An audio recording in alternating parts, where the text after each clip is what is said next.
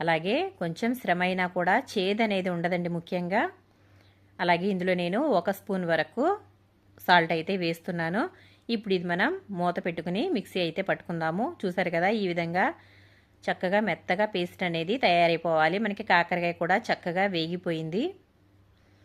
ఈ విధంగా అయితే కాకరకాయలని వేయించుకోవాలి. మనకి కలర్ అనేది చక్కగా మారిపోవాలండి. ఇప్పుడు మనం వీటిని పక్కకైతే తీసేసుకుని చల్లారబెట్టుకుందాము.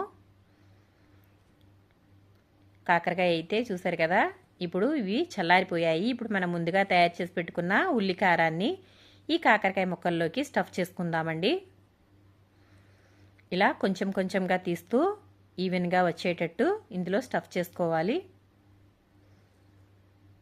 మనకి ఇది చాలా ఈజీగా అయిపోతుందండి. కొంచెం ప్రాసెస్ ఉంటుంది అనిపిస్తుంది, కానీ చాలా ఈజీగానే అయిపోతుంది.